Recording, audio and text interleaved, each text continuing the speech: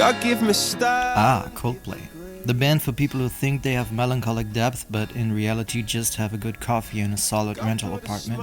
This album came out when the world was still believed that soft boy rock was the new punk and Chris Martin didn't yet sound like the voice of a freshly gentrified neighborhood. However, A Rush of Blood to the Head is a really strong album. Anthemic, sad, pathetic enough to lose yourself in.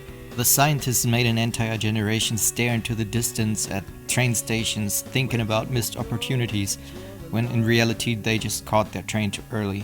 And then there's Clocks, piano melodies that sound like the inner life of someone with mild dissatisfaction and a premium subscription to a meditation app.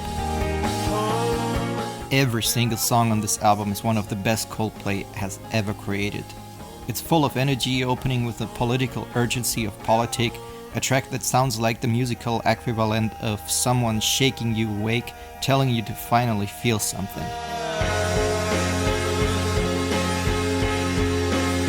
Coldplay has become music for people who crave deep emotions but only in 3 or 4 chords. No real abysses, but at least a nice wallpaper for them. Man, they suck these days.